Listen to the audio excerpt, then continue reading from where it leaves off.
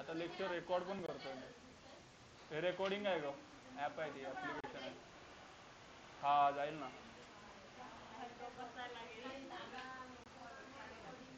नको रेकॉर्डिंग करू, तुमच्या आधीच आहे ते. नंतर कधी पाहिजे असेल तेव्हा लेक्चर बघू शकाल. नको रेकॉर्डिंग, तुमच्यावरच आहे. बोला, तुम्ही बोलाल तसा. रेकॉर्डिंग पाहिजे की नकोयची, नाही बोललं तर नाही करणार. हे काय तुमच्या आधीच आहे. तुम्हाला नंतर कधी पाहिजे असेल लेक्चर बघा, ओपन करून बघा, हेच जे क्लासमध्ये शिकवलंय ते.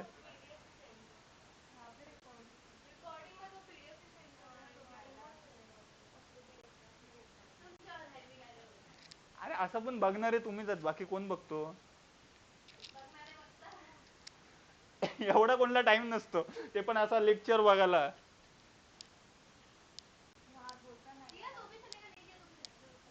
बोला, बिंदास बोला, काय त्याच्यात, राहा नॉर्मल.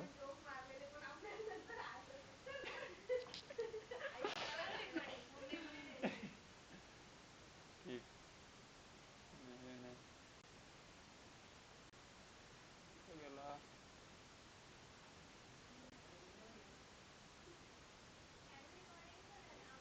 ठीक आहे.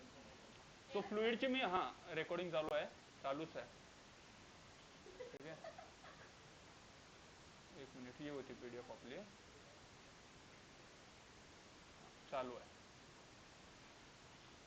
ओके. सो मी तुम्हाला फ्लुइडचा एक्झाम्पल दिलाय. एक्झाम्पल काय आहे? लिक्विड आणि गॅसेस आहे. ठीक आहे, दोन एक्झाम्पल आहेत फ्लुइडचे. हे दोन्ही पण सबस्टन्स असे आहेत जे फ्लो होऊ शकतात. ओके. सो नेक्स्ट बघूयात आता. पुढे त्यांनी फ्लुइडच्या काही प्रॉपर्टी सांगितलेल्या आहेत. फ्लुइडच्या काय काय प्रॉपर्टी आहेत? दोन प्रॉपर्टी आहेत की फ्लुइड असा सबस्टन्स असायला पाहिजे ज्याच्यामध्ये फ्लो होण्याची ॲबिलिटी असेल, म्हणजे तो कुठूनही कसाही कुठल्याही.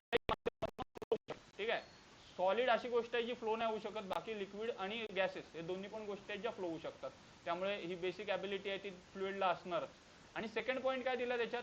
दे have ability to take any shape, म्हणजे ते कुठल्याही आपण जसं ज्याच्यामध्ये टाकू ते त्याचा शेप घेतील. जसं की पाण्याला आपण कशामध्ये टाकलं, कुठल्या पातेल्यात टाकला, बॉटलमध्ये टाकला, त्या बॉटलचा जो शेप असेल तो वॉटर घेऊ शकतो. जसंच हवा पण तसंच आहे. हवाला पण कशामध्ये पण भरून ठेवा की त्या आकाराच्या शेपमध्ये फॉर्म होईल, म्हणजे तसा शेप घेईल ज्या आकारामध्ये आपण त्याला टाकू. ठीक आहे. सो ह्या दोन बेसिक प्रॉपर्टी आहेत त्याच्या. फ्लुइड बद्दल त्यांनी काय सांगितलं? पुढचा पॉईंट आहे फ्लुइड ॲट रेस्ट.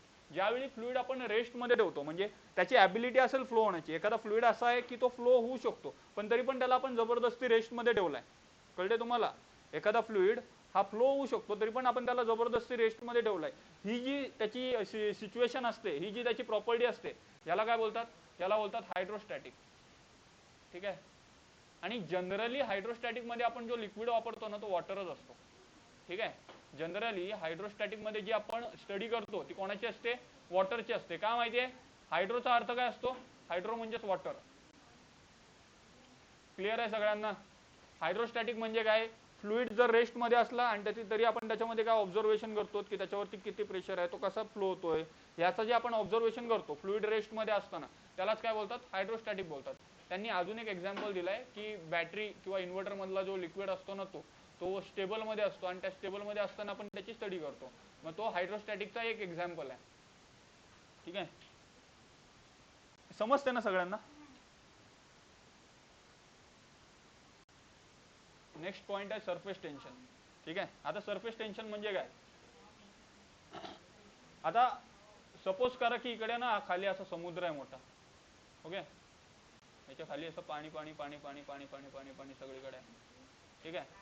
आता ह्या पाण्यावरती ना एक कॉन्स्टंटली प्रेशर असेल. बादल आवाज नको करूस. ह्या पाण्यावरती ना एक कॉन्स्टंटली प्रेशर असेल. मला सांगा जरा कोणाचं प्रेशर असेल या पाण्यावरती? हा समुद्र आहे, समुद्र दिसतंय, समुद्र आहे. आणि या समुद्रावरती ना एक कॉन्स्टंटली प्रेशर असणार आहे. तो प्रेशर कोणाचा असेल? हवेचा, ॲटमॉस्फिअरचा प्रेशर असेल. ॲटमॉस्फिअर काय करेल? वरून ह्याच्या पाण्याच्या वरती जर तुम्ही बघाल तर अख्खीची अख्खी जोपर्यंत पृथ्वी एंड नाही होत, अख्खीची अख्खी हवेची लेअर असते वरती. तर म्हणजे वरती बोलतो ना आपण ॲटमॉस्फिअरच्या 7 लेअर असतात. ठीक आहे. त्याच्यापैकी एक ओझोन असतो. ठीक आहे, जो सूर्याच्या रेजला असं येऊन नाही देत. अशाच सगळ्या लेअर आणि अख्खी हवा ही सगळी ह्याच्यावरती असते. या सगळ्या हवेचा प्रेशर ह्या पाण्यावरती असतो, बरोबर आहे. आता हा प्रेशर जर तुम्ही आता इमॅजिन करा, हा प्रेशर जर त्या पाण्यावरती पडला तर हा पाणी काय करेल, हा पाणी ना असं डिस्ट्रीब्यूट व्हायला बघेल, कळते ना, याच्यावरती असा म्हणजे हा फाटेल असं, कळते का तुम्हाला, असं दुसरीकडे असं सगळीकडे डिस्ट्रीब्यूट व्हायला बघेल. मग आता हा डिस्ट्रीब्यूट ऍक्च्युअल मध्ये होतो का, ऍक्च्युअल मध्ये डिस्ट्रीब्यूट नाही होत. म्हणजे काय, पाण्याचे जे वॉटर मॉलिक्यूल आहेत ना, याचे वॉटर मॉलिक्यूल आहेत ना, ते एकमेकांना असे टाईटली पकडून असतात, कळतंय की असं कितीही असं प्रेशर आला तरी ते डिस्ट्रीब्यूट नाही होणार. आणि हे असे सगळे असे पाण्याचे जे ड्रॉपलेट आहेत असे सगळे वरच्या लेअरचे, फक्त वरच्या लेअरच्या, खालच्या लेअर बद्दल नाही बोलत, हे एक प्रकारचं ना एक सरफेस टेन्शन क्रिएट करतात. ठीक आहे, जनरली स्टेडीमध्येच, जनरली स्टडीमध्ये, फ्लोमध्ये पण बोलू शकतेस काइंड ऑफ. फक्त वरच्या लेअरला ना, म्हणजे जी पाण्याची वरची लेअर आहे ती अशी पातळ नसते, ती थोडीशी तिच्यावरती एक सरफेस टेन्शन असतो. सरफेस टेन्शन म्हणजे आता तुम्ही बघाल ना, कधी मुंगी वगैरे गेली ना तर मुंगी अशी पाण्यावरून चालू शकते किंवा जाऊ शकते सरळ, कारण की मुंगीचा जो मास आहे, मुंगीचा जो वजन आहे तो त्या पाण्याच्या सरफेस टेन्शन पेक्षा कमी आहे, म्हणून तो त्याच्यावर सहजपणे चालू शकतो. आपण मर्क्युरीवरून चालू शकतो, मर्क्युरीवरून चालू शकतो, असं असं चालू शकतो. तो लिक्विडच आहे पण तो असं एकदम हेवी लिक्विड आहे, त्याच्यावरून आपण काय वजन टाकलं ना, तो वजन पण असं तरंगेल. मोठा लोखंडाचा तुकडा टाकला तरी आत नाही जाणार, वरच्याच लेअरला तरंगेल. फ्लुइडच आहे, असा फ्लुइड ज्याच्यामध्ये म्हणजे त्याची डेन्सिटी जास्त आहे. थोडक्यात वॉटरची डेन्सिटी किती असते, वॉटरची 1000 असते kg/m3, आणि जी मर्क्युरी आहे ना तिची 13,000 असते. म्हणजे एका मीटर क्यूब वरती 13,000 किलोचा वजन घेऊ शकतात ते, असं कळते. म्हणून त्याचा जो डेन्सिटी जास्त असते ना, त्याच्यामुळे त्याच्यावरती माणसं असे चालू पण शकतात. आता बेसिकली आपल्याला सरफेस टेन्शन बद्दल बघायचं इकडे. सरफेस टेन्शन म्हणजे काय कळलं ना तुम्हाला, हे पाण्याची जी वरची लेअर आहे ते एकमेकांमध्ये असं एक बॉन्ड बनवतात आणि बॉन्ड करून त्याची एक लेअर फॉर्म करतात. ती जी लेअर असते त्यालाच आपण सरफेस टेन्शन बोलतो.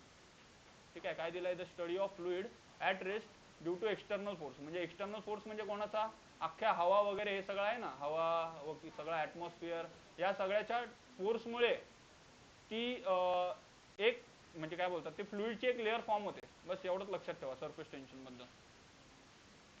नेक्स्ट पॉईंट बघूया. आता हे सगळं तुम्हाला शिकवायला घेतलं असतं ना तर लिहायला आणि तुमचा लिहायला इथंच सगळा टाइम गेला असता. अरे ते एका सरांचे आहे, त्यांनी तसंच लिहिलंय, भरपूर आहे. अरे ते सरांनी सगळ्यांना तसंच लिहिलंय, हे टेलिग्राम वरून घेतलेलं आहे लिंक. काय दिलं बघा एक एक पॉईंट. पहिल्या पॉईंट मध्ये काय दिलंय, you all have blown soap bubble in your childhood, what is your shape. म्हणजे लहानपणी आपण ते असे फुगे फुगवतो ना, साबणाला असा हे करून असा फुगा फुगवतो, केलात ना, मग त्याची शेप काय असते, स्पेअरच का असते ते विचारलंय. ठीक आहे, पहिले तर शेपच विचारलाय, ती स्पेअर का फॉर्म होते हा पण प्रश्न आहे. पुढे सेकंड प्रश्न हाच आहे, what can be why can water spider, okay, water spider walk comfortably on surface of water. म्हणजे स्पायडर आहे हा पाण्याच्या सरफेस वरून कम्फर्टेबली चालू का शकतो, याचं कारण मी तुम्हाला वरतीच दिलंय, सरफेस टेन्शनमुळे. पुढचा पॉईंट काय आहे, why are free liquid drop and bubbles are in spherical shape. आता जे लिक्विड ड्रॉप म्हणजे पाण्याचा आता थेंब, पावसाचा हा पाण्याचा असा थेंब पडतो, हा थेंब असा स्पेरिकल सरफेस मध्ये का असतो. आता ऍक्च्युअल मध्ये तुम्ही असा पाण्याचा बूंद बघितला तर हा असा असतो, तो का असा असण्याचं कारण असं की तो वरून येतो ना, वरून खाली येतो म्हणून तो असा असतो. जर तुम्ही त्याला पाण्याच्या एखाद्या लीफ वरती वगैरे बघितलात ना, तर लीफ वरती तुम्हाला असं प्युअरली स्पेरिकल ड्रॉप दिसेल. हा, त्याच्यावरती पण बोलू शकते. हा, त्याला एक अशी एक कम्प्लीट अशी जर सरफेस भेटली ना त्याला व्यवस्थित, तर मग तो तिकडे तुम्हाला असं स्पेरिकल भेटेल. ठीक आहे, हा, नाहीतर नाही बाकीच्या नॉर्मल पाण्यांवरती असं तो हे होत असेल, स्प्रेड होतो तेच. मग त्या ड्रॉपचा जो सरफेस असतो ना तो असा स्पेरिकल असतो. या सगळ्याचा रिझन काय, या सगळ्याचा रिझन आहे तो म्हणजे सरफेस टेन्शनच आहे. ठीक आहे, हा गोल सरफेस आहे ना, हा सगळ्या बाजूंनी म्हणजे काय बोलतो, सगळ्या बाजूंनी इक्वली डिस्ट्रीब्यूट असतो. त्याच्यामुळे दरवेळी असं म्हणजे पाण्याचा थेंब बघितलात किंवा एखादं अजून काय बोललो मी, बबल बघितला, सोप बबल बघितला, या सगळ्यांचा पण शेप गोलच असतो, कारण की इकडे ना सरफेस टेन्शन सगळ्या बाजूंनी इक्वली डिस्ट्रीब्यूट होतो. चौकोनमध्ये वगैरे तसा नसतो. ठीक आहे, चौकोनमध्ये बघायला गेलात तुम्ही तर हा इथे इक्वली डिस्ट्रीब्यूट होईल, इथं होईल, इथं होईल, इथे होईल, बट इकडे थोडासा जास्त असेल, इकडे थोडासा जास्त असेल. स्पेरिकलमध्ये त्याला सगळीकडनं इक्वल एरिया कव्हर करायला भेटतो. त्याच्यामुळे स्पेरिकल सरफेसमध्येच असतो नेहमी. सोप बबल बघितलात, पाण्याचा थेंब बघितलात, हे सगळं स्पेरिकल शेपमध्ये असतं. ठीक आहे. आता पुस्तकात दिलेली डेफिनेशन काय आहे याची सरफेस टेन्शनची. The amount of force acting per unit length is called as a surface tension. Amount of force acting per unit length. Per unit length का बोलले ते माहिती आहे का? आता हा सरफेस टेन्शन आहे ना, हा सपोज की आपला तलाव आहे असा. आता हा जो सरफेस टेन्शन आहे ना, हा अख्ख्या याचा आपण एका असा लाईन मध्ये बघतो. कळते? या लाईन वरती किती फोर्स सगळ्याचा आलाय हे आपण बघतो. एका एका लाईन मध्ये डिस्ट्रीब्यूट करतो. कळते तुम्हाला? म्हणजे एका सिंगल लाईन वरती किती फोर्स येतो ऍटमॉस्फिअरचा हे बघतो आपण. हे असतं सरफेस टेन्शन. ठीक आहे. सो त्याच्यामुळे त्यांनी असं केलंय, डिफिनेशन मध्ये काय दिलंय, force acting on a surface per unit length. हा असतो सरफेस टेन्शन. म्हणजे टेन्शनचा फॉर्म्युला येईल F/L. याचं युनिट काढायला गेलं तर युनिट हा येतो असा. ठीक आहे. हा युनिट कुठून आला? फोर्सचा युनिट असतो न्यूटन असतो फक्त. काय असतो ते L1 M1 T-1 असा काहीतरी असतो ना. टी फोर्स म्हणजे mass upon mass into acceleration. kg meter per second square. ह्याला LMT मध्ये घेतलं तर काय येईल? लेंथला 1 आहे, kg मासला 1 आहे, टाइमला -2 आहे. आणि अपॉन मध्ये काय आहे? लेंथ आहे ना. लेंथ म्हणजे इथे L1 येईल. वरती गेला तर -1 होईल, म्हणजे L ला 0 होईल. कळते का? M1 आणि T-2 हाच युनिट आहे. आपण काढलंय नाही ते. L 0च आहे. बघ ना, हा खालचा L खाली आपण मध्ये काय आहे? L आहे. L चा युनिट काय येईल? मीटर येईल ना. म्हणजे लेंथचा युनिट आहे ना ते. L1 आहे ना. L1 वरती गेला तर काय जाईल? -1 होईल. 1 - 1 0. मग L ला 0. M म्हणजे मास. अरे ह्याला सॉल्व्ह करतो ना आपण आता. हा जो L1 आहे त्याला इकडे सॉल्व्ह केला असता हा -1 मध्ये जाईल. मग तो +1, L चा +1 आणि -1 तो 0 बनेल. हा, आणि M1 आणि T-2 म्हणून तो त्याचा युनिट आहे त्याचा.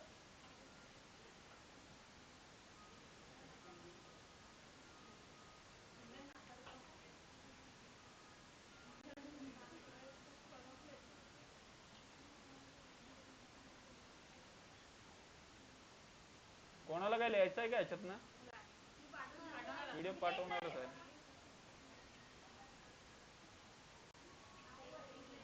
लिहिलेलं आहे ना? जरा दाखव तुझी पण वही, रेफरन्सला दे इकडं.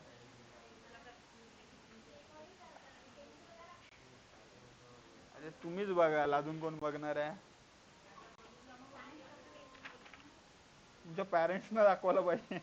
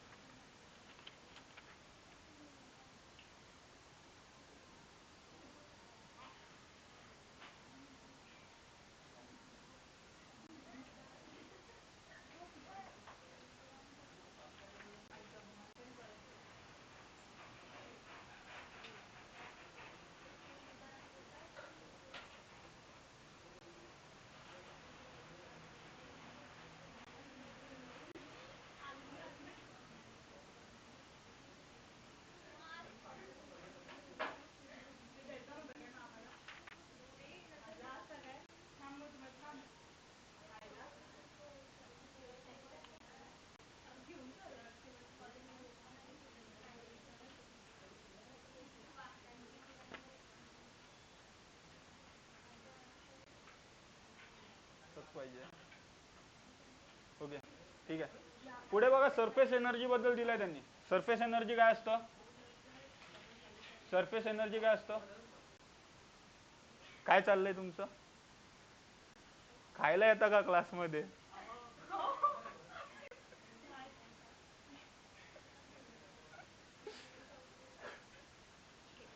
बरं, सरफेस एनर्जी काय असतं बघा.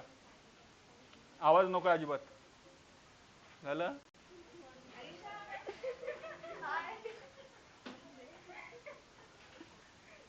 लक्ष द्या जरा.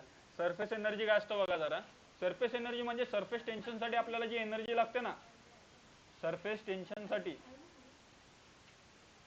टेन्शनसाठी आपल्याला जी एनर्जी रिक्वायर असते तीच असते सरफेस एनर्जी. म्हणजे सरफेस टेन्शन म्हणजे काय, तो त्याच्यावरती एखाद्या सरफेसवरती टेन्शन डेव्हलप होतो म्हणजे काय, ॲटमॉस्फिअरचा प्रेशर वगैरे येतो, त्याच्यामुळे जो सरफेस टेन्शन डेव्हलप होतो. आता या सरफेस टेन्शनच्या रेजिस्टमध्ये हे मॉलिक्यूल आहेत, वॉटर मॉलिक्यूल आहेत, ते काय करतात, ते असे बॉन्ड क्रिएट करतात. बरोबर आहे. ते वॉटर मॉलिक्यूल हे जे बॉन्ड क्रिएट करतात ना, त्याच्यासाठी त्याला जी एनर्जी लागते ती असते सरफेस एनर्जी. ठीक आहे. त्याचा फॉर्म्युला दिलाय त्यांनी खाली. हा बघा, हा फॉर्म्युला आहे. सरफेस एनर्जी म्हणजे बघा, हा एस आहे ना, एस हा आहे सरफेस एनर्जी आपला. डी ए म्हणजे काय, हा सरफेसचा एरिया आहे, म्हणजे किती एरियावरती पसरलाय. आणि हा आहे टेन्शन, हा चेंज इन एरिया, जो आपण एरिया घेतो ना तो, त्याच्याबद्दलच सांगितलंय त्यांनी. आणि टी म्हणजे काय, टी म्हणजे टेन्शन. म्हणजे टेन्शनचे डेफिनेशन काय आहे, सरफेस एनर्जी अपॉन एरिया. हा झाला फॉर्म्युला. इथून सरफेस एनर्जी काढली तर काय येईल, टी इंटू डी आहे, ही येईल सरफेस एनर्जी. ठीक आहे. नेक्स्ट पॉइंट बघूयात. हे जरा लक्ष द्या जरा, हे मी परत नाही सांगणार आहे काय. पुढे आहे रेंज ऑफ मॉलिक्युलर फोर्स. म्हणजे आता एखाद्या मॉलिक्यूलची रेंज किती असेल. ठीक आहे. रेंज ऑफ मॉलिक्युलर फोर्स म्हणजे तुम्हाला थोडक्यात सांगतो.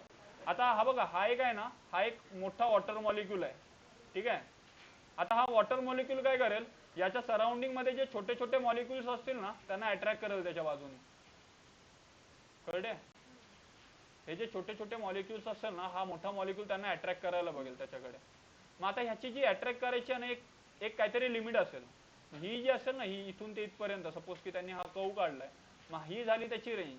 मग ह्या रेंज पर्यंतचे जेवढे वॉटर मॉलिक्यूल आहेत त्यांना हा अट्रॅक्ट करू शकतो आणि हा मोठा बबल बनू शकतो असा, म्हणजे त्याची शेप बदलू शकतो. मग त्याची जी रेंज असते त्याच्याबद्दलच सांगितलंय त्यांनी. कळते. एखाद्या मॉलिक्यूलची जी रेंज असते तीच त्याची रेंज ऑफ मॉलिक्युलर फोर्स असते. त्या रेंज पर्यंत तो सगळ्या मॉलिक्यूलला अट्रॅक्ट करू शकतो. हे बस होईल आता. काय मी शिकू की नको मला सांगा. भरपूर टाइमपास करते तुम्ही. सगळं बंद करेल आणि जावा घरी. काय फालतूगिरी लावले. काय बोलत नाही म्हणजे तुमचा मस्तीच चाललंय सगळा.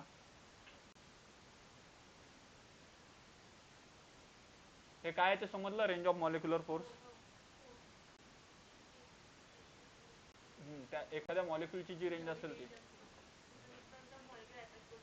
हा हा. पुढचा पॉइंट आहे तो म्हणजे स्पिअर ऑफ इन्फ्लुएन्स.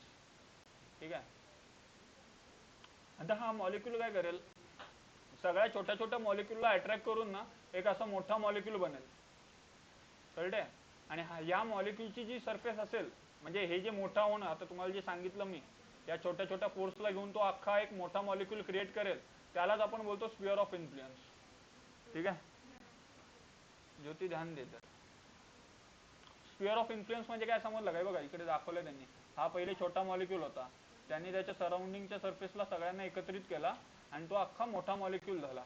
ठीक आहे. आता ह्या मोठ्या मॉलिक्यूल, आता याची इथून बघा, हा सरफेस आहे, याची काहीतरी इकडे रेंज असेल. बरोबर आहे. ही जी रेंज असेल ना, हीच या मोठ्या सरफेसची रेडियस आहे. कळते तुम्हाला. हा इथून ते इथपर्यंतचा डिस्टन्स, म्हणजे जी त्याची रेंज ऑफ मॉलिक्युलर फोर्स होती ना, तीच त्याची स्पिअर ऑफ इन्फ्लुएन्सची रेडियस आहे. ओके. कारण की तो तेवढ्यापर्यंतच मॉलिक्यूलला अट्रॅक्ट करेल, मग तेवढीच त्याची रेडियस असेल, तो तेवढा मोठा ड्रॉप फॉर्म करेल. ओके. हे बघा, हे सांगितले त्यांनी. स्पियर ऑफ इन्फ्लुएंस में रेडियस एक्झॅक्टली इक्वल होता है रेंज ऑफ मॉलिक्युलर फोर्स के. म्हणजे ती रेंज ऑफ मॉलिक्युलर फोर्स तोच आहे. पुढे आहे इंटरमॉलिक्युलर फोर्स. आता इंटरमॉलिक्युलर फोर्स म्हणजे काय बघा, any molecules attract each other by some force is called as intermolecular force. म्हणजे प्रत्येक दोन मॉलिक्यूल, हे जे दोन मॉलिक्यूल आहेत हे एकमेकांना एका फोर्सने अट्रॅक्ट करतात. यांच्यामध्ये जो फोर्स असतो ना त्यालाच आपण बोलतो इंटरमॉलिक्युलर फोर्स. म्हणजे त्या दोघांच्या मॉलिक्यूलच्या आतमधीतला फोर्स. इंटर म्हणजे काय, आतमधीतला, मॉलिक्यूलच्या आतमधीतला फोर्स. ठीक आहे. हे जे दोन मॉलिक्यूल्स आहेत ते एकमेकांना ज्या फोर्सने अट्रॅक्ट करतात त्या फोर्सला आपण इंटरमॉलिक्युलर फोर्स बोलतो. आणि हा जो इंटरमॉलिक्युलर फोर्स आहे ना, हा दोन टाइप मध्ये डिवाइड झालाय. एक म्हणजे कोहेसिव्ह फोर्स आणि दुसरा म्हणजे ॲडेसिव्ह फोर्स. ठीक आहे. कोहेसिव्ह फोर्स म्हणजे काय आणि ॲडेसिव्ह फोर्स म्हणजे काय, दोघांचा पण अर्थ काय असेल. कोहेसिव्ह फोर्स म्हणजे जर दोघांचे पण सेम मॉलिक्यूल असतील, म्हणजे इथे पण वॉटर असेल आणि इथे पण वॉटर असेल, आणि ह्या दोघांमध्ये जो फोर्स ऑफ अट्रॅक्शन असेल त्याला आपण बोलणार कोहेसिव्ह फोर्स. आणि ऍडेसिव्ह फोर्स म्हणजे आता एक वॉटर मॉलिक्यूल असेल आणि एक काहीतरी ग्लास असेल, आपला मॉलिक्युल्स डिफरंट आहेत बट त्यांच्यामध्ये पण मॉलिक्युलर फोर्स आहे. मग ह्या फोर्सला काय बोलणार आपण? ऍडेसिव्ह फोर्स. ओके, त्यांनी तेच सांगितलंय बघा, ग्लास आणि वॉटरचं एक्झाम्पल दिलंय, 2 वॉटरचं एक्झाम्पल दिलंय. पुढे surface tension on the basis of a molecular theory. आता मॉलिक्यूल लेवलला त्याची सरफेस टेन्शनची काय थेरी आहे ते त्यांनी दाखवलेलं आहे. याला आपण ऍड करू.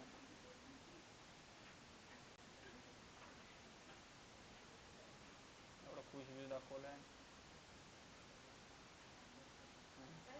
वाटते ना आता सॅड. अरे मॉलिक्यूल आहेत. पहिला जो मॉलिक्यूल आहे ना तो एकदम पाण्याच्या आतमध्ये आहे, ठीक आहे. मग पाण्याच्या आतमध्ये आहे ना, म्हणून ह्याला सगळ्या बाजूनी कोहेसिव्ह फोर्स लागतोय. लिक्विड सेम आहे, दोन्ही लिक्विड सेम आहेत, कळले. मग ह्याला सगळ्या बाजूनी कोहेसिव्ह फोर्स लागतोय म्हणून तो हॅपी आहे, कळले. हा जो आहे ना ह्याच्या काही जो पोर्शन आहे तिथे कोहेसिव्ह लागतोय आणि काही पोर्शन वरती ऍडेसिव्ह लागतोय. आणि मराठी हिंदीमध्ये बघा काय लिहिलंय, कभी खुशी कभी गम. म्हणजे अर्धा आहे तो वॉटर मॉलिक्यूल मध्ये आहे, अर्ध्यामध्ये कोहेसिव्ह लागेल, अर्ध्यामध्ये लागणार नाही, ठीक आहे. आणि ह्याच्यामध्ये मॅक्सिमम फोर्स असेल, सॉरी मिनिमम फोर्स असेल तो कोहेसिव्हचा असेल, कळले. उदासात नाही.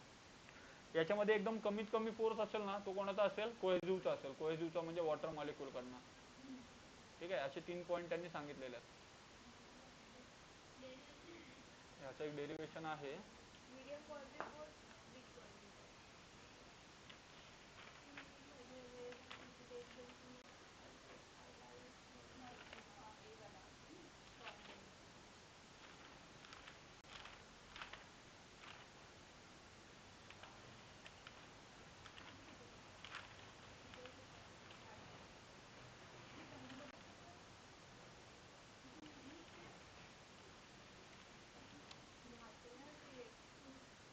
Pressure inside the drop.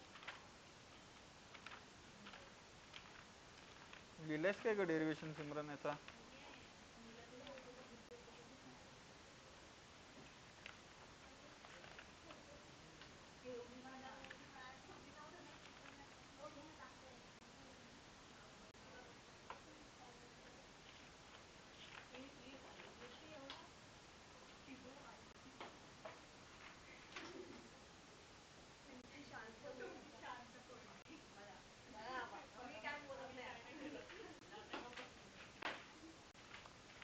तो पोरगी आहे, आयुष्याच्या नादाला लागली ती.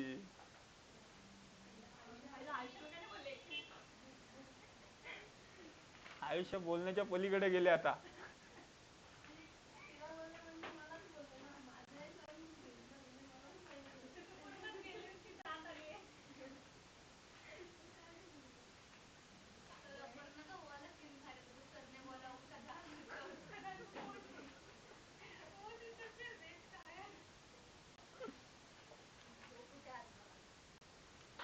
लक्ष आहे की डोक्यात जाते.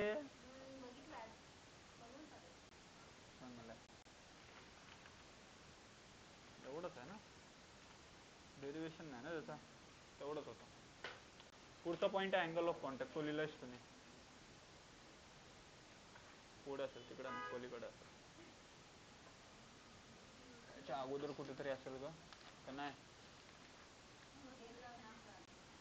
बघतो थांब मी. इथंच बसून राहा.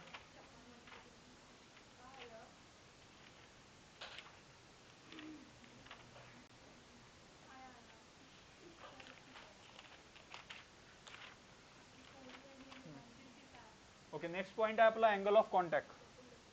अँगल ऑफ कॉन्टॅक्ट मध्ये काय सांगितलंय बघा. इकडे कोहेसिव्ह फोर्स सगळ्यात जास्त आहे तो इकडे आहे, ठीक आहे. आणि जरा कमी आहे तो याच्यात आहे, आणि याच्यात सगळ्यात कमी आहे. नेक्स्ट पॉइंट आहे तो म्हणजे अँगल ऑफ कॉन्टॅक्टचा. अँगल ऑफ कॉन्टॅक्ट मध्ये काय दिलाय? When liquid surface come in the contact with the solid surface. आवाज नको आहे अजिबात Pranjal. when liquid surface come in the contact with the solid surface it forms meniscus. Okay, म्हणजे ज्यावेळी लिक्विड ही सॉलिड सोबतच्या कॉन्टॅक्ट मध्ये येते ना तेव्हा तो एक अँगल फॉर्म करतो. लिक्विड सॉलिड सोबतच्या कॉन्टॅक्ट मध्ये येते त्यावेळी तो एखादा अँगल आहे तो फॉर्म करतो. ठीक आहे, ही गोष्ट लक्षात ठेवा. लिक्विडच्या सोबत कॉन्टॅक्ट मध्ये असेल ना तेव्हा अँगल नाही फॉर्म होणार. लिक्विड सॉलिड सोबत असेल तेव्हाच फॉर्म होईल. आता तुम्ही कॅपिलरी ऍक्शन बघितलं असेल. ठीक आहे, ह्या बाजूला अशी कॅपिलरी ट्यूब आहे, त्या दोन कॅपिलरी ट्यूब आहेत. ओके, ह्या पहिल्याच्या याच्यामध्ये आपण जो लिक्विड ठेवलाय ना तो आहे आपला वॉटर. इथे वॉटर आहे. आणि दुसऱ्यामध्ये आपण जो लिक्विड ठेवलाय तो आहे मर्क्युरी. आता याची जी सरफेस आहे ना ऍक्च्युअल मध्ये वॉटर जेव्हा आपण ठेवू त्यावेळी इकडे साईडला पण काहीतरी बिकर होता ना. हा, असं काहीतरी होता. हा, किंवा नॉर्मल ठेवलं ना तरी पण होईल. हा, एंड क्लोज नव्हते, बरोबर आहे, हे असं होतं.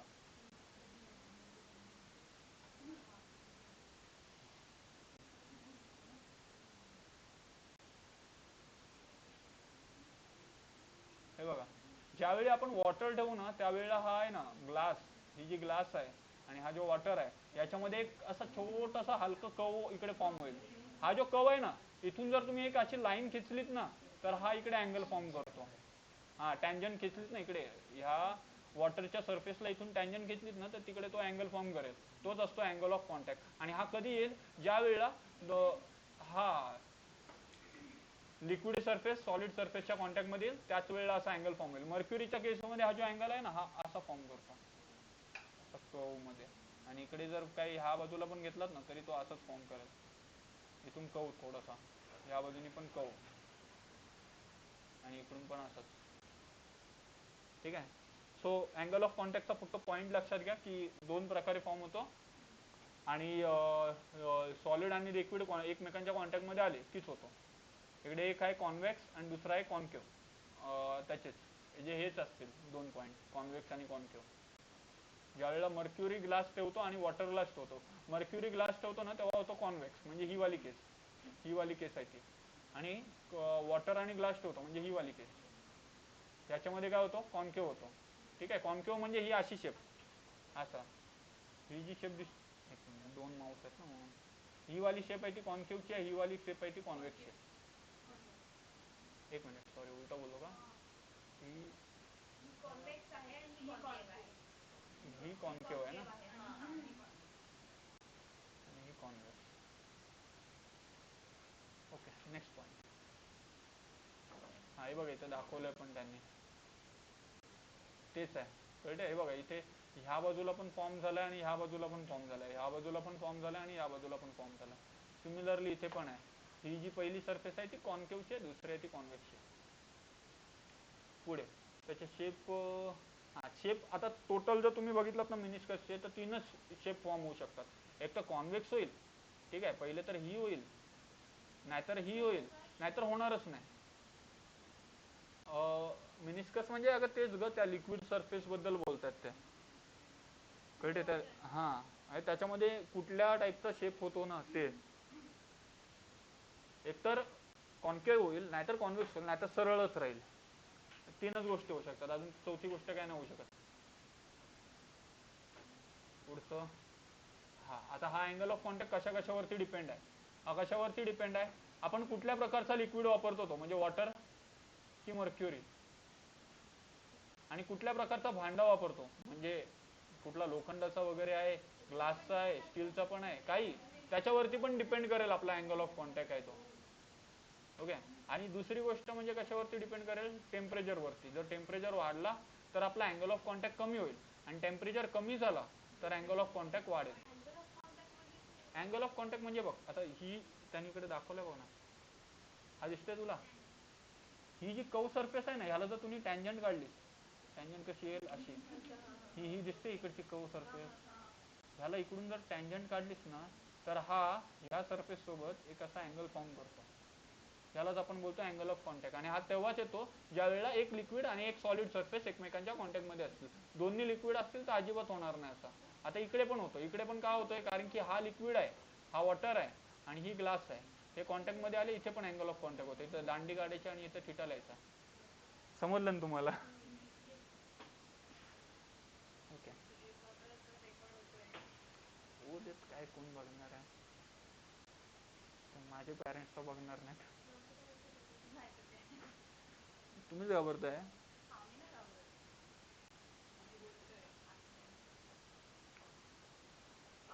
नेक्स्ट पॉइंट आहे explanation of formation of drop and bubble. Explanation. अच्छा, ड्रॉप आणि बबल कसं फॉर्म होतं ते सांगितलं त्यांनी.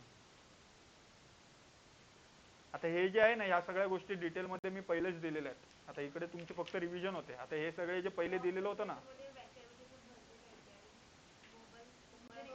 हा, आता ड्रॉप पासून बबल कसं फॉर्म करतात ते सांगितले त्यांनी. होऊ शकतो ना. अरे आपण बबल कसा फॉर्म करतो, ते असं फुगून असं.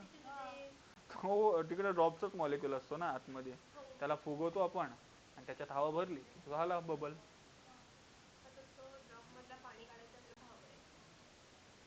हा, असंच असंच असंच समज.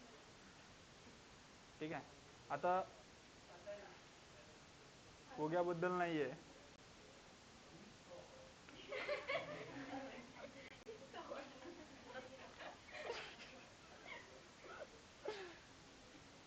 बादल बाळा लक्ष दे, इतना बडा नंतर कर.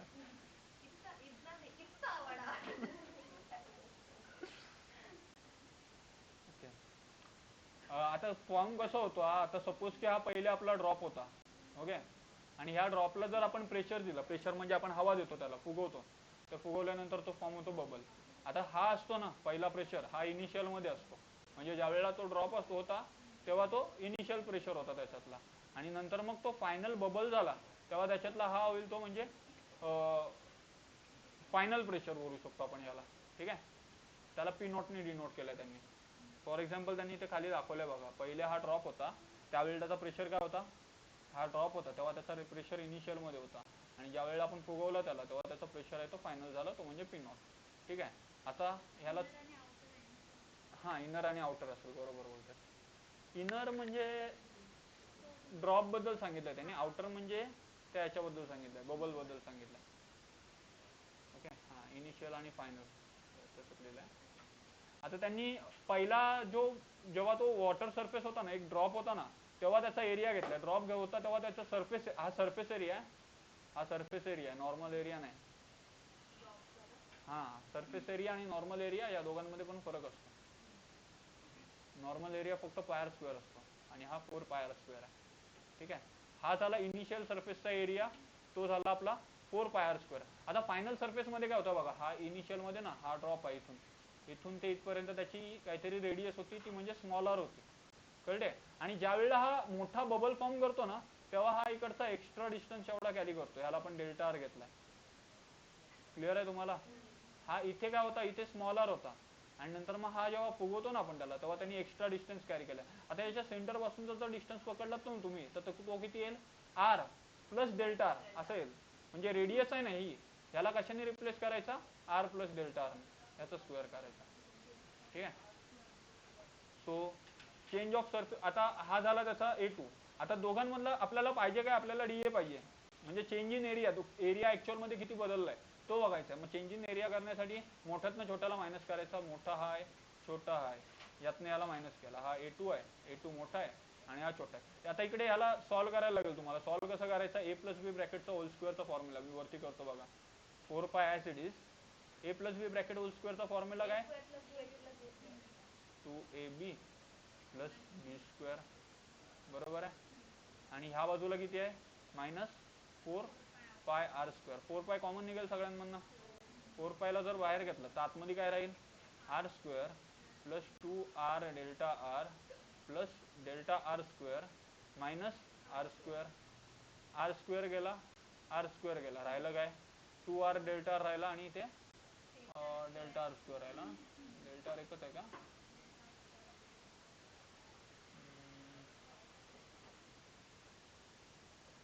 डेल्टा आर स्क्वेअर राहिला ना, काय गडबड आहे का, आर स्क्वेअर प्लस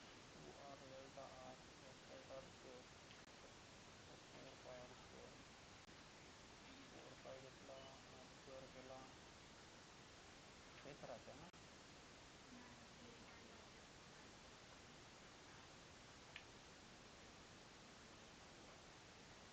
हा एक्स्ट्रा राहतो ना, तो नसता तर बरोबर आला असता. 8πr into delta R. हे दिलंय का तुम्हाला मी?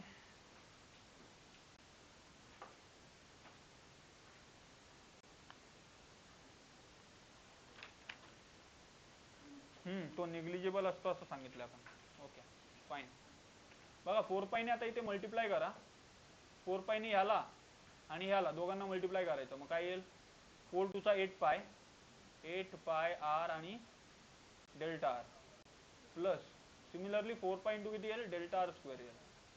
4π डेल्टा आर स्क्वेअर. आता ऍक्च्युअल मध्ये हा जो प्रेशर आहे ना, हा निग्लिजिबल असतो म्हणून आपण कन्सिडर नाही करत.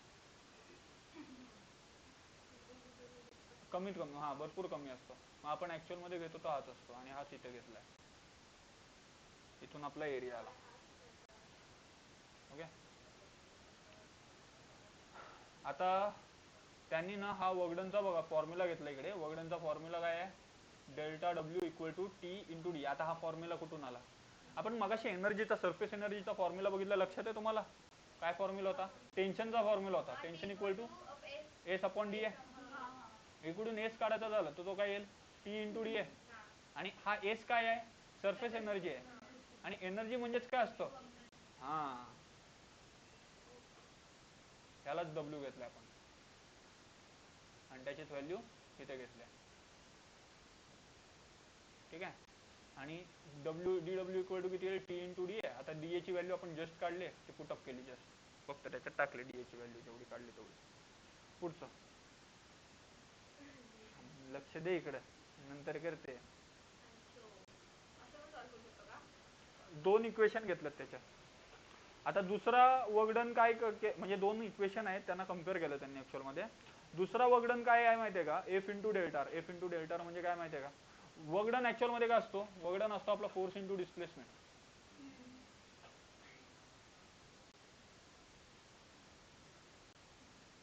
वगडन काय असतो? Force into displacement. आता आपण या बबल पासून, सॉरी ड्रॉप पासून बबल बनवलाय. मग ड्रॉप पासून बबल बनवलाय, याच्यामध्ये आपण एक वर्क केलंय, बरोबर आहे. आपण ह्या ड्रॉप वरती, या पाण्याच्या ड्रॉप वरती आपण एक फोर्स लावलाय आणि तो डिस्प्लेस किती झालाय? एवढ्या डेल्टा आरच्या डिस्टन्स मध्ये रिप्लेस झालाय तो. कळते? एवढा मोठा झालाय तो. मग आपण हा केलेला वर्क हा किती येईल? हा D W equal to force into delta R येईल. फोर्स इंटू डिस्प्लेसमेंट वरचा वाला फॉर्म्युलाने आलेला. ठीक आहे. आता इकडे फोर्सच्या फॉर्म्युला त्यांनी रिप्लेस केलाय. प्रेशर एक असतो ना, प्रेशरचा फॉर्म्युला माहिती आहे तुम्हाला? प्रेशरचा फॉर्म्युला असतो फोर्स अपॉन एरिया. इकडनं फोर्सचा फॉर्म्युला घेतलाय त्यांनी. काय येईल? Pressure into area. हा येईल आपला फोर्स. ठीक आहे. आणि प्रेशर किती असेल याच्यामधला? प्रेशर असेल तो, प्रेशर दोन बघितलेले आपण, एक इनिशियल मध्ये आणि फायनल मध्ये. हा, मग ह्याच्यामध्ये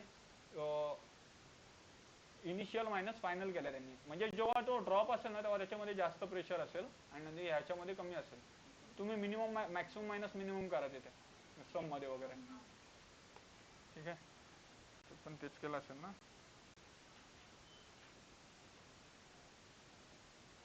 कोणी लावलंय?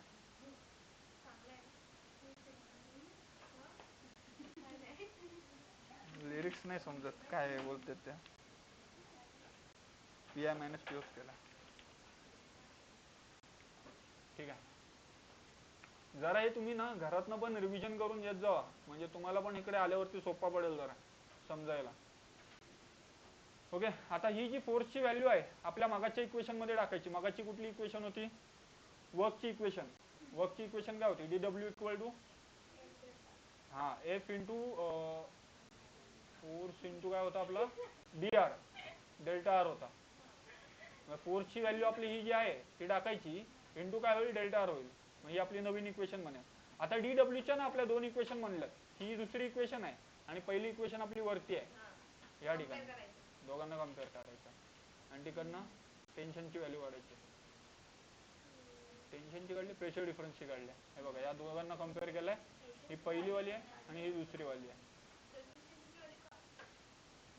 याच्यातनं कॅन्सल काय काय होते ते बघायचं ना. डेल्टा आर कॅन्सल होतोय, पाय 4 पाय 2. ठीक आहे. आर एक जाईल. आणि नंतर मग टी इकडे किती आहे, हा 2T आहे, आणि त्या बाजूला किती आहे, PI मायनस PO, आणि या बाजूला एक R आहे, आणि ह्या R ला इथे डिवाइडला नेला तर 2T अपॉन R हा फॉर्म्युला येईल प्रेशरचा. म्हणजे जो ड्रॉप पासून ड्रॉपलेट बनायला जो प्रेशर असतो त्याचा हा फॉर्म्युला आहे, 2T upon R. Sorry, droplet पासून बबल.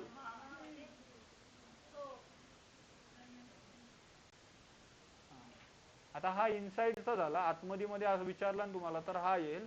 आणि जर तुम्हाला आतमधीतला आणि बाहेरचा दोघांचा पण विचारला प्रेशर किती आहे, तर त्याला फक्त हा जो वरचा आहे ना त्याला 2 ने मल्टिप्लाय करायचा. आतमधीतला म्हणजे तो बबल आहे, त्याच्या आतमधीतला एक प्रेशर आहे आणि त्याच्या बाहेरचा एक प्रेशर आहे असं.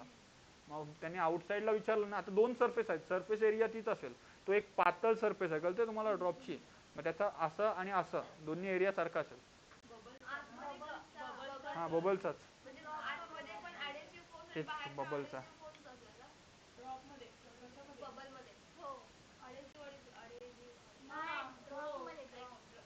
हा बोलू शकतेस, बोलू शकतेस. एअर आणि वॉटर, एअर आणि वॉटर. ड्रॉप मध्ये एक अडीचजण एक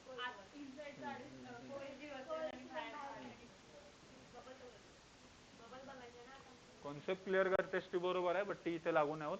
कॉन्सेप्ट तुझी क्लिअर झाली ती बरोबर आहे, म्हणजे बोललीस ते बरोबर आहे. ठीक आहे. हा एक इनसाइड साठी फॉर्म्युला आहे आणि हा इनसाइड आणि आउटसाइड दोघांसाठी पण. म्हणजे 2 सरफेस आहेत ना टोटली, एक ही आणि एक वरची, त्या दोघांना मल्टिप्लाय केलाय म्हणून तिथं 2 केलाय, आतली आणि बाहेरची. पुढचा आहे पॉइंट आपला कॅपिलरी ऍक्शन. तिथं उलट असेल ना काही प्रोसिजर.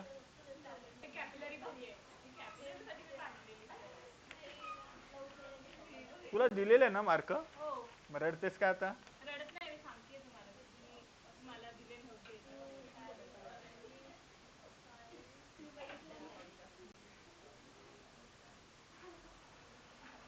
याच्यामध्ये आपण एक एचचा फॉर्म्युला बघितला होता ना, हाईटचा.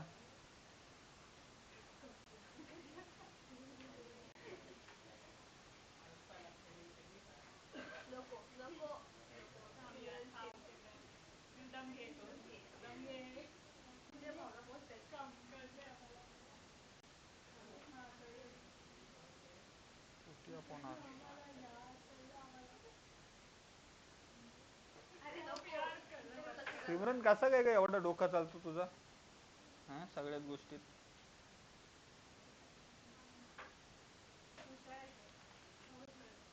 खोरापती येते.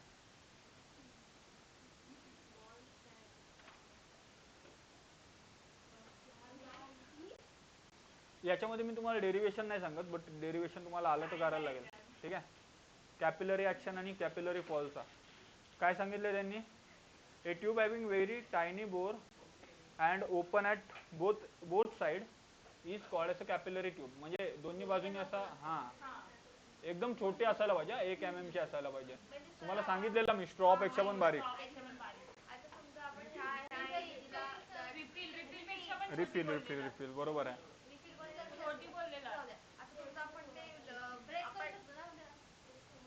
ब्रेक केलीस तर कशाला पण करू शकतेस.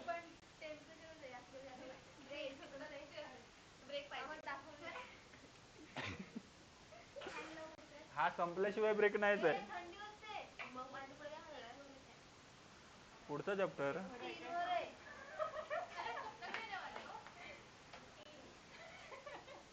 4 तास घेणारच आहे. बोल बोल. समजा आता जेव्हा आपण कॅपिलरी ऍक्शन करत असतो ते प्रॅक्टिकलला येईल का. प्रॅक्टिकलला तुमच्या कॉलेजमध्ये ती ट्यूब असायला पाहिजे, त्याच्यावर डिपेंड आहे.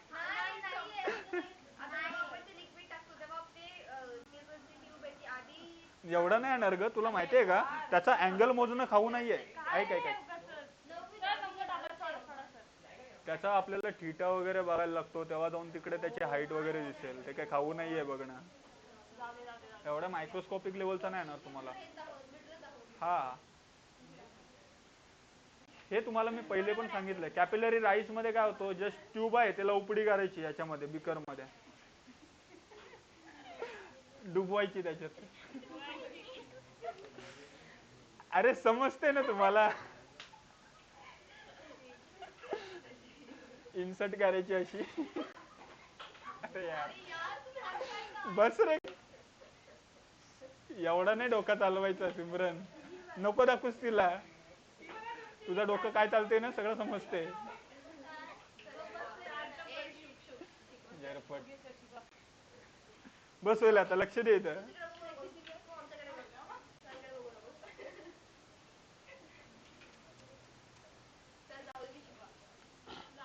आता ही जर आपण वॉटर मध्ये टाकली ना ट्यूब, तर काय होतो, त्याच्यावरती असं जे सरफेस आहेत ते असे, पाण्याची जी सरफेस आहे ना ती अशी वरती उठते अशी, म्हणजे या बाजूला कव कव सरफेस मध्ये.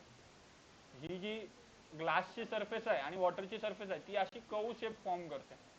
कळते, जवळ ज्या वेळेला ट्यूब आपण अशी टाकतो तेव्हा वॉटर मध्ये. ठीक आहे. आणि हे जर आपण मर्क्युरी घेतला वॉटरच्या जागी, तर ही जी सरफेस आहे ना ती डाऊन साईडला जाते.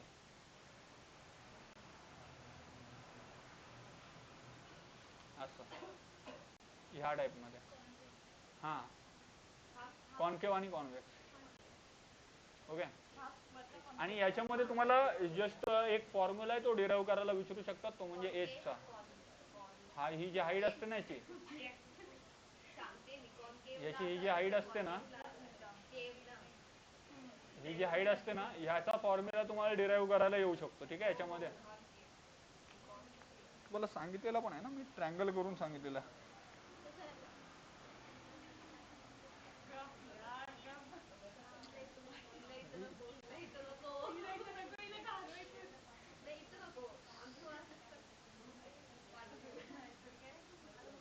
एवढं कसं ग डोकं चालतं तुझं सिमरन?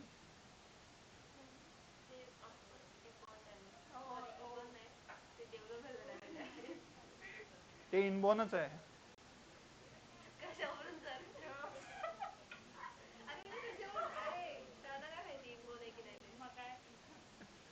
ह्या अशा गोष्टी आहेत त्या अशा आतमधूनच येत असतात. ह्या कोणी शिकवायला नाही लागत. कोणी शिकवलंय? हा, हे बरोबर आहे. इकडे काय केलं माहितीये का त्यांनी, बघा, तो जो अँगल होता ना आपला, अँगल ऑफ इन्फ्लुएन्स, तो इकडे होतोय. जरा लक्ष द्या रे. तेच करतोय मी, जरा लक्ष द्याल तुम्ही तर होईल. ही जी सरफेस आहे ना ती वरती दाखवते तुम्हाला. हा बघा, प्रांजल लक्ष दे, जरासं बडबड नको करू. हा इकडे एक थिटा अँगल ऑफ,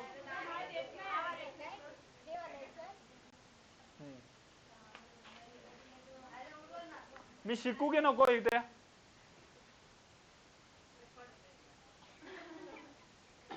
या बाजूला इकडे आपला एक अँगल ऑफ कॉन्टॅक्ट फॉर्म झालाय, तो आहे थिटा. ओके. आता त्यांनी काय केलंय, इथे ना इथे एक ट्रायंगल फॉर्म केलंय. कसं केलंय बघा, दाखवतो तुम्हाला.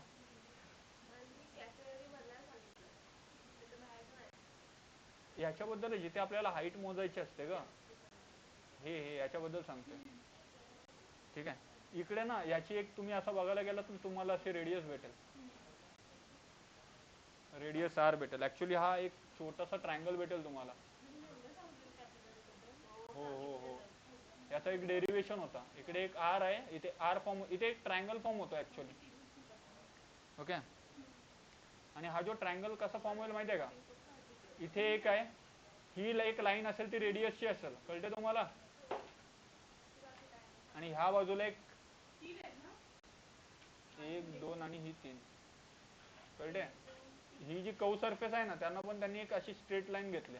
आणि हा जो थिटा असेल इकडचा, तोच अँगल कोणाचा असेल, हे बघा, ही एक स्ट्रेट लाईन आहे, इथून इथून कशी आहे ही, ह्याला परपेंडिक्युलर आहे.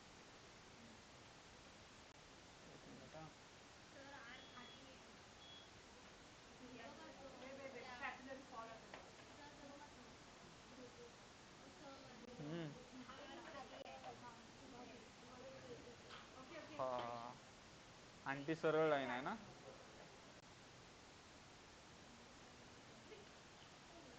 ए आर खाली आहे, बघ इथे काय केलंस.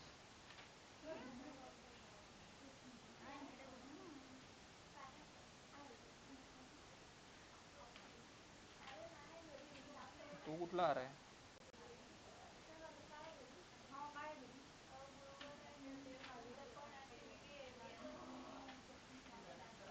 एक मिनिट हा. ही याची ट्यूबची रेडियस आहे ती. हे बघ, हे दिसते, ही या ट्यूबची रेडियस असेल, ती इथून ते इथपर्यंत आहे, आणि ही याची टेंजंटची रेडियस आहे, आणि हा ट्रायंगल आहे. हा ट्यूब आहे ना ती, तसंच दाखवतो थांब. Same to same.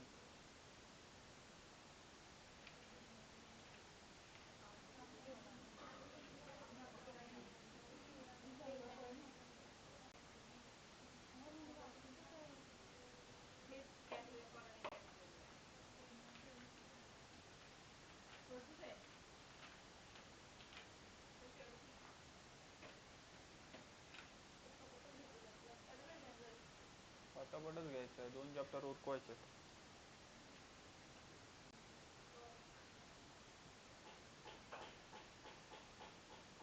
दुसरा मार्ग नाही प्रांजल, कसं होईल आपला महिन्याभरात 16 चॅप्टर?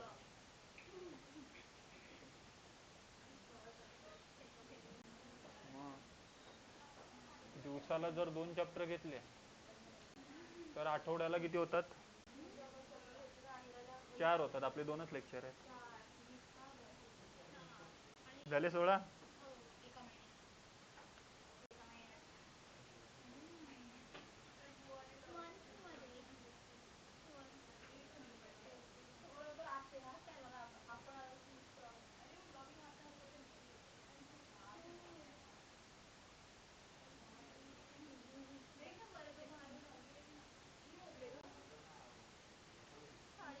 जवळपास तास झाला असेल, 1 तास. हा, मग मी आलो 11:15 ना. 11ला.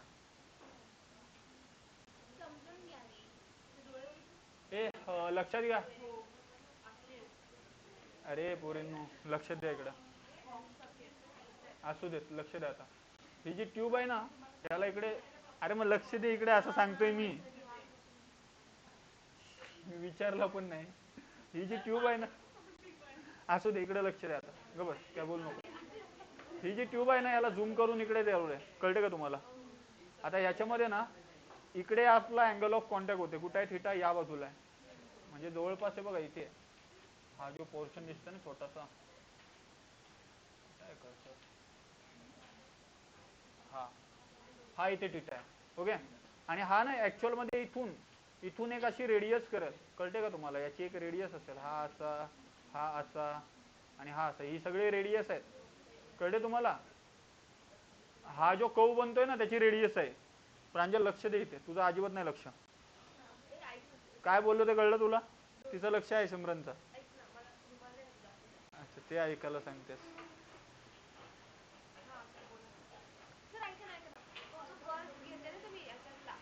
हां,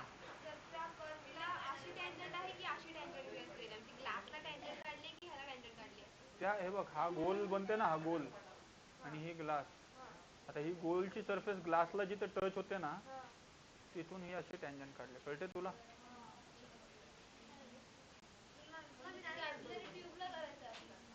हा ट्यूबला आणि त्या लिक्विडच्या सरफेसला, लिक्विडची सरफेस जिथं टच होते ना, तिथून अशी टँजंट काढायची.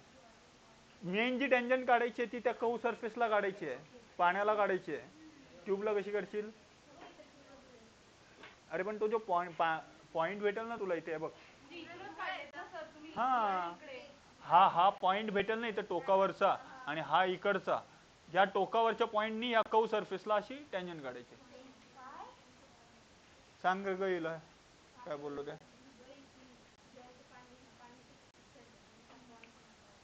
प्रांजल झाला? ओकेस, जरा लक्ष द्या काय बोलते ते. ही इकडे कव सरफेस होती ना, तिकडून एक अँगल फॉर्म होत होता आपला थिटा, तो आपण बघ या बाजूला घेतलाय थिटा, दिसते? आता हा ऍक्च्युअल मध्ये काय, असा कव सरफेस आहे. हा कव सरफेसची काहीतरी रेडियस पण असणार, ती रेडियस इथे घेतली मी, कॅपिटल आर. कळते तुला? हा, आता ऍक्च्युअल मध्ये आता जर आपण इकडे काय बोलतो त्याला, हे अँगल जर मॅच करायला गेलो ना तर हा इथे जेवढा अँगल असेल तेवढाच अँगल आपला वरती पण फॉर्म होईल. ओके, सो ही एक रेडियस आहे, हा इकडे एक अँगल आहे आणि वरती काय आहे इकडे, इकडे ही आहे ती आपली, हा जो स्मॉल आर आहे ना ही त्या ट्यूबची रेडियस आहे. ट्यूब म्हणजे कुठली, ही ट्यूब, ही गोल ट्यूब आहे ना, या गोल ट्यूबची रेडियस आहे ती स्मॉल आर आहे. कळले? हा, ट्यूबची रेडियस आहे ती स्मॉल आर आहे. म्हणजे 3 गोष्टी आहेत. याला बाजूला ह्या बघा, ह्याची इथे असा गोल असेल ना हा, याची एक रेडियस असेल इथून ते इथपर्यंत, ही जी रेडियस आहे ना ही आहे आपली स्मॉल आर. आता या तिघांच्या मध्ये आपण ट्रिग्नोमेट्री लावू शकतो. बघा इथे ट्रायंगल फॉर्म होतोय असा आडवा, या बाजूला थिटा आहे. सिमरन तू तिकडच बस जा.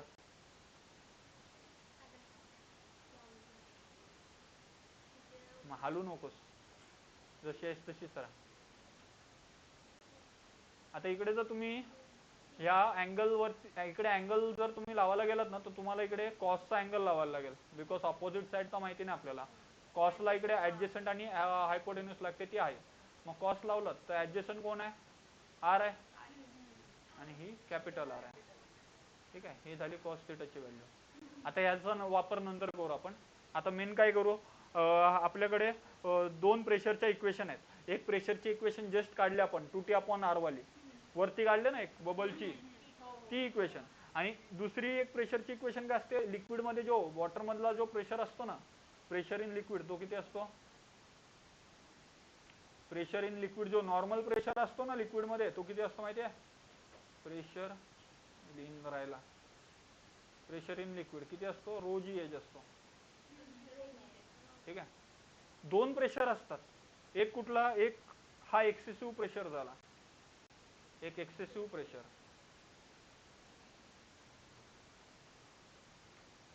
आणि दुसरा काय, प्रेशर इन वॉटर किंवा प्रेशर इन लिक्विड बोलू शकतो आपण त्याला. हा प्रेशर असतो तो किती असतो, आपण जस्ट काढलाय 2T/R, 2T आपण. आता आर कुठला घ्यायचा, हा वाला आर घ्यायचा. याची जी इकडून कव बनतो ना, हा पाण्याचा सरफेस इथून कव बनतो, ह्या कव पासूनची इकडे काहीतरी याची रेडियस असेल ना, ती वाली रेडियस, मग ते कॅपिटल आर आहे. स्मॉल आर आपली ट्यूबची रेडियस आहे, तिची काही गरज नाही. आणि इकडे प्रेशर इन लिक्विड किती आहे, ρgh. ओके, आता इकडनं एचचा फॉर्म्युला काढायला गेला तर ρg खाली जाईल, 2T/ρgr,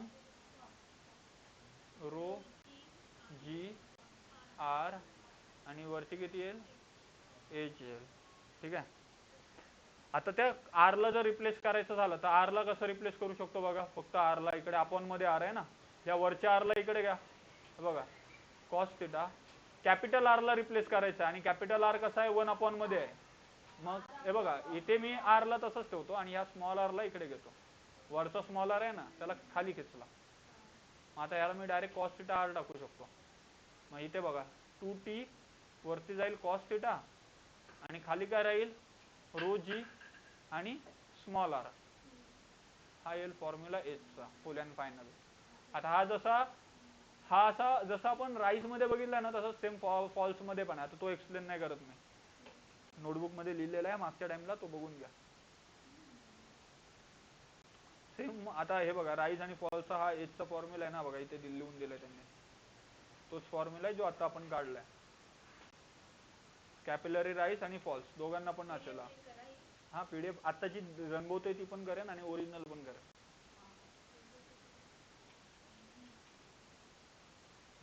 हे राईज आणि फॉल्सची कंडिशन त्यांनी दिले बघा. जर आपला थिटा आहे तो 90 पेक्षा लहान असेल ना तर कॅपिलरी राईज होतो, आणि जर आपला थिटा 90 पेक्षा जास्त असेल कॅपिलरी फॉल होईल. ठीक आहे, राईज म्हणजे असा आणि फॉल म्हणजे असा, बरोबर ना. Okay, fluid in motion. आता ऍक्च्युअली आपण फ्लुइड बद्दलची स्टडी करतो. मगाशी आपण फ्लुइड इन रेस्ट बद्दल बघितलं होतं. आतापर्यंत आपण काय बघितलं, फ्लुइड इन रेस्ट. जेव्हा फ्लुइड आपला रेस्ट मध्ये होता तेव्हा त्याच्यावरती हायड्रोस्टॅटिक प्रेशर अप्लाय होत होता. नंतर मग आपण सरफेस टेन्शन बद्दल स्टडी केलं. त्यानंतर मग आपण ते लिक्विडचे ड्रॉपलेट बघितले, ते 3, एक आतमध्ये होता, कोहेसिव्ह प्रेशर त्याच्यावरती सगळ्या बाजूंनी अप्लाय होत होता. हा, कोहेसिव्ह आणि ऍडेसिव्ह प्रेशर बघितले, ड्रॉप मधनं बबल कसं फॉर्म होत होता ते बघितलं. आता हे सगळं होतं ना त्यावेळेला आपला फ्लुइड होता तो रेस्ट मध्ये होता. आता फ्लुइड मोशन मध्ये असल्यावरती काय काय त्याच्यामध्ये चेंजेस होतात ते बघायचं आहे. आता फ्लुइड ज्या वेळेला मोशन मध्ये असतो ना तेव्हा त्याला काय बोलतात, हायड्रोडायनॅमिक्स बोलतात. जसं मगाशी काय होतं, फ्लुइड जेव्हा रेस्ट मध्ये होता तेव्हा तो हायड्रोस्टॅटिक होता. आता फ्लुइड जेव्हा मोशन मध्ये आहे तेव्हा हायड्रोडायनॅमिक होतो. ठीक आहे.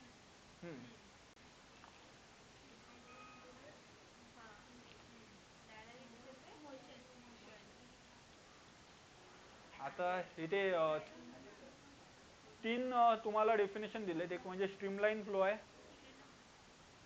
स्ट्रीमलाईन फ्लो आहे, एक टर्ब्युलंट फ्लो आहे आणि एक स्टेडी फ्लो आहे. असू दे.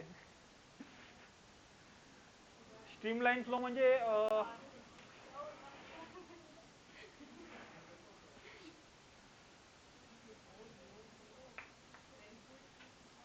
स्टेडी म्हणजे कॉन्स्टंट ना. स्ट्रीमलाईन फ्लो म्हणजे आपला नॉर्मल नदीचा जो फ्लो असतो ना तो. ठीक आहे. टर्ब्युलंट फ्लो म्हणजे त्या नदीला जर पूर आला तर जो फ्लो होईल तो. आणि स्टेडी म्हणजे एकदम कॉन्स्टंटली चालले, असं एकदम हालत पण नाही जास्त पण नाही. हा असं एकदम ते असं नॉर्मल चाललंय.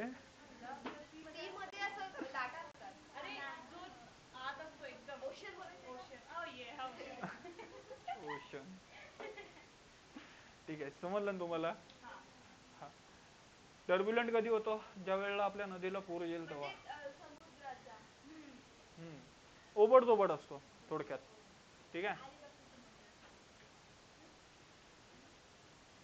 पुढे दिले त्यांनी क्रिटिकल वेलोसिटी. क्रिटिकल वेलोसिटी काय असते दिले बघा definition. The velocity beyond which A streamline flow becomes turbulent flow is called as a critical velocity. म्हणजे ती वेलोसिटी ज्याच्यानंतर आपला जो फ्लो आहे तो स्ट्रीमलाईन पासून टर्ब्युलंट मध्ये फ्लो होईल. म्हणजे जस्ट नदीला पूर येतोय आणि तो जो फ्लो आहे तो आता आता पहिले नॉर्मल होता. ठीक आहे. आणि नंतर तो बदलला आणि ओबडधोबड झाला. ठीक आहे. मग ती सिच्युएशन ज्यावेळी ती म्हणजे वेलोसिटी ज्या वेळेला तो जो फ्लो आहे तो चेंज होते जस्ट. समुद्रावर लाटा असतात ते टर्ब्युलंट बोलू शकतो ना. हा त्या टर्ब्युलंटच आहेत. अरे हो, अलिबागचाच. सगळीकडे अलिबाग नाचवते. अलिबागचा.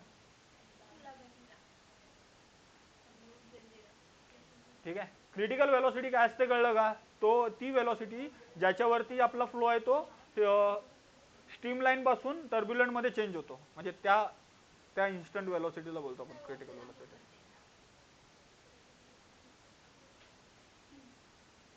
ठीक आहे.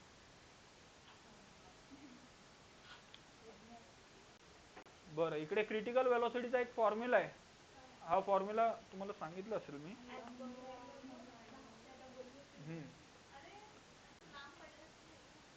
ऑसबॉर्न रेनॉल्ड्स, तो सायंटिस्ट आहे. Osborne Reynolds.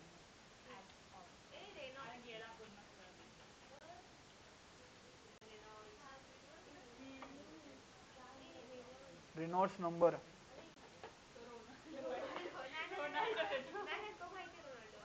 रोनाल्डो वेगळा.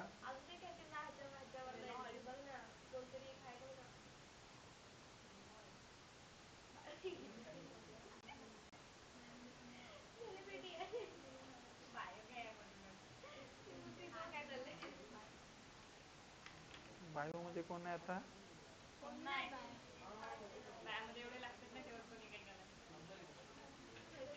काय केलं ते लक्षात ठेवतो, कोणी केलं ते लक्षात नाही ठेवत.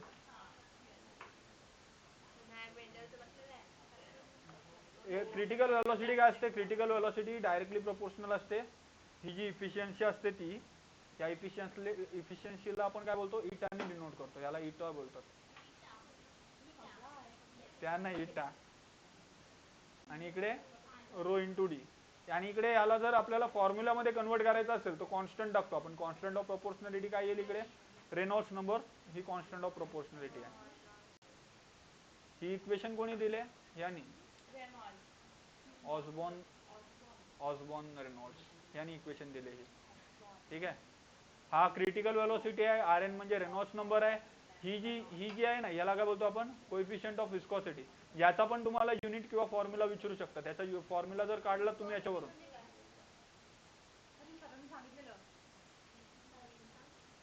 सांगा. Coefficient of viscosity. विस्कॉसिटी म्हणजे काय सांगितलं होतं मी, सांग प्रांजल.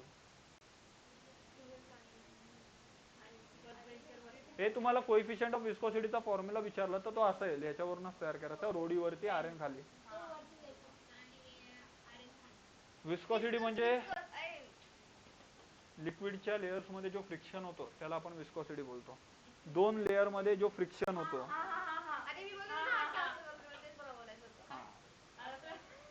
हे काय होतं? अरे ते दोन लेयर्स लागतात. अरे समजून घ्या यार, त्यांनी मी तर पूर्ण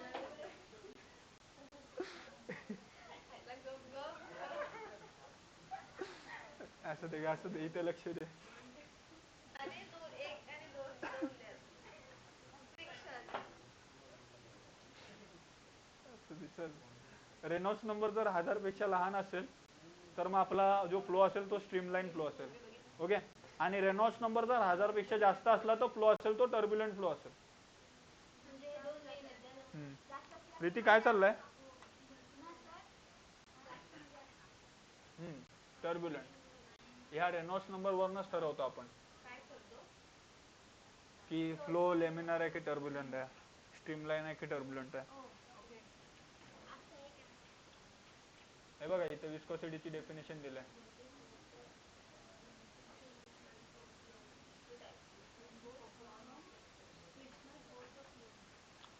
जस्ट फ्रिक्शन होतो लिक्विडच्या लेअर मध्ये, एवढंच लक्षात ठेवा. ठीक आहे. वरची आणि खालची लेअर ग. हा हा हा तीच विस्कोसिटी आहे.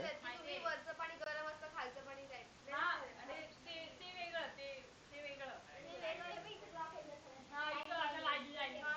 इथे ड्रॉ करतो. पाण्याची सरफेस वरती हा फ्लो त्याचा कॉन्स्टंटली चालू आहे, पण जेवढी वेलोसिटी अशी आहे याची आहे तेवढी याची नसते. इथे कमी कमी होते वेलोसिटी अशी. हा मग ह्या दोन लेअर मध्ये जो फ्रिक्शन होतो त्याला आपण विस्कोसिटी बोलतो. ठीक आहे. वरची लेअर काय करते, खालच्या लेअरला वरची लेअर काय करते, वरची लेअर म्हणजे सिमरन, खालची लेअर म्हणजे प्रांजल. सिमरन बोलेल प्रांजलला चल माझ्यासोबत, प्रांजल बोलेल जाऊ दे मला कंटाळा आलाय, मग ती ओढत ओढत नेईन तिला. मग नंतर मग प्रचिती असेल, प्रचिती बोलेल मी तर येणारच नाही, मग प्रचिती आणणारच नाही. असं समजलं? वरची लेअर आहे ती जाईल पहिले,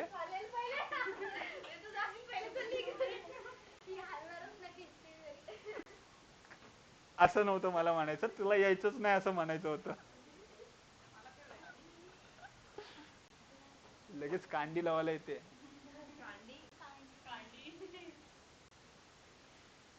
माचीशी तेच एवढं काय दिसतं, हसत बसता किती किती दात काढून त्याच्यावर. पण विनाकारण हसतात त्यांना येडी बोलतात माहितीये तुम्हाला. विनाकारण जोक करता.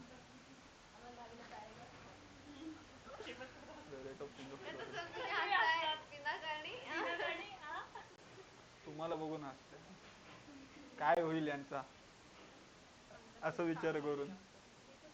कळेल लवकरच 2 महिन्यात. इकडे वेलोसिटी ग्रेडियंटची डेफिनेशन दिली बघा. The rate of change of velocity per unit distance. म्हणजे जी वेलोसिटी डिस्टन्स सोबत बदलत जाते ना, त्याचा जो रेशो आहे त्यालाच आपण वेलोसिटी ग्रेडियंट बोलतो. रेशो समजून घ्या, इथे वेलोसिटी अपॉन टाइम नाहीये, वेलोसिटी अपॉन डिस्टन्स आहे. ठीक आहे. वेलोसिटी अपॉन डिस्टन्स यालाच आपण काय बोलतो, वेलोसिटी ग्रेडियंट बोलतो. म्हणजे v चा थोडक्यात वेलोसिटीचा डेरिवेटिव्ह घ्यायचा with respect to x. dx को कवर करने के लिए कितना dv अप्लाई करना पड़ता है, तेच म्हणजे कोएफिशिएंट ऑफ. हा मगाशी तुम्हाला फॉर्म्युला दिला मी, 1 मिनिट, तो वेगळा होता का? तो वेगळा होता. तो काहीतरी तो हा वाला होता. 2 प्रकारे काढू शकतो. आले फॉर्म्युले. चला आता एंटरटेनमेंट होईल तुमची, हो ना. माथा दिख रहा है मेरे.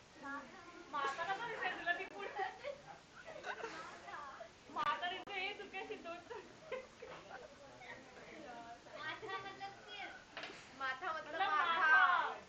ये वाला नहीं, ये वाला.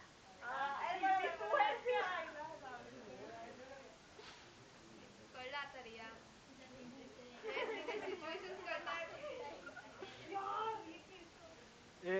फॉर्म्युला लक्षात घ्या काय दिलाय, force upon area into dv by dx. याचं काहीतरी आहे का डेरिवेशन दिलेला मी? रिया चालू नको ऊस अजिबात, गप्प राहा.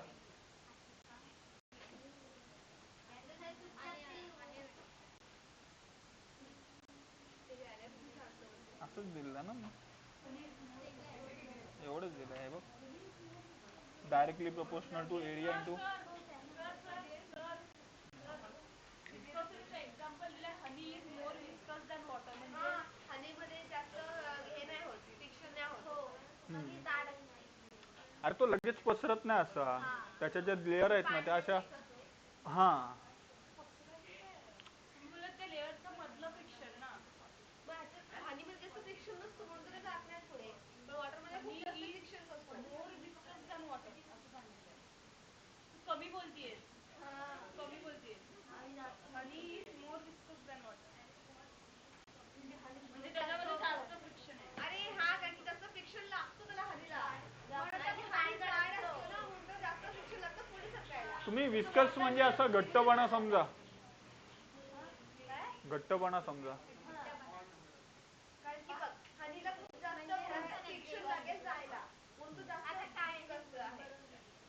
कुठं काय बोललोय, तूच हसतेस, तूच कचरा करतेस, मी नॉर्मलच घेतो सगळा, तुम्ही हॅ करून सगळ्याची वाट लावता.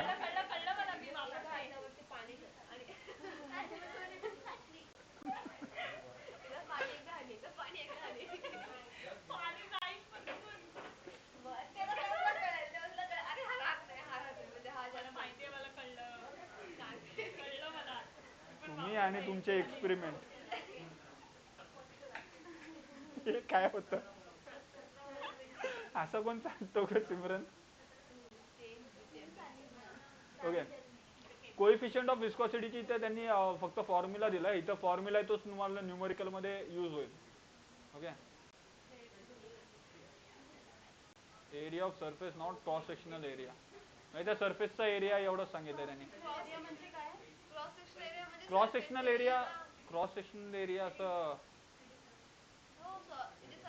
हा हा वेगळं, नाही नाही नाही, हे बघ आता हा जो पेन असेल ना, याच्या वरच्या गोल सरफेसचा एरिया आहे ना, हा त्याचा क्रॉस सेक्शनल एरिया झाला.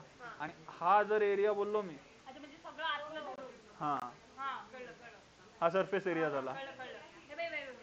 हे आता हा गोल आहे, हा फक्त गोल, आणि हा क्रॉस सेक्शनल एरिया, आणि हा सगळा म्हणजे हा सरफेस एरिया, म्हणजे सर्कमफरन्स इन शॉर्ट. पुढे आहे स्टोक्स लॉ. हा माहिती आहे स्टोक्स लॉ. वाच सिमरन. अरे म्हणजे त्यांनी काय सांगितलं, या लॉ नुसार फोर्स आहे तो डायरेक्टली ह्या तिघांना प्रपोर्शनल आहे. मी नाही केलंय ते, बस. हा, आणि इकडे कॉन्स्टंट काय लावलंय आपण, 6 कॉन्स्टंट लावलाय, हा कॉन्स्टंट ऑफ प्रोपोर्शनलिटी आहे. हा दिलंय इकडे, ठीक आहे. हे फक्त फॉर्म्युले लक्षात ठेवा, तुम्हाला डेफिनेशन जस्ट म्हणजे हे रिलेशन विचारतील डेफिनेशन मध्ये, काय बाबा त्यांनी सांगितलंय ते, फॉर्म्युला लिहायचा आणि त्याचा युनिट लिहायचा, बस. बाकी जस्ट न्यूमेरिकल साठी जास्त यूज आहेत त्या. झाला, संपला, संपला. काय कुठले पॉइंट जरा त्या पुस्तकात चेक करा, कुठले पॉइंट राहिले जे तुम्हाला पाहिजेत शिकवायला. क्रिटिकल वेलोसिटी राहिलाय, पास्कल लॉ डिलीट आहे ना ग.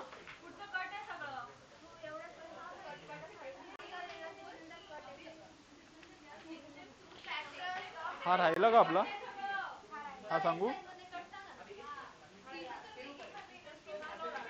यांच्याकडनं घे, यांनी लिहिलं असेल तुला मी, आणि स्क्रीनशॉट पाठवलेला ना ग डिलीट सिलेबसचा.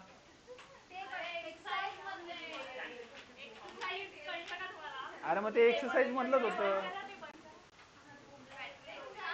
अच्छा, रेकॉर्डिंग नाही ना बंद केली, सॉरी.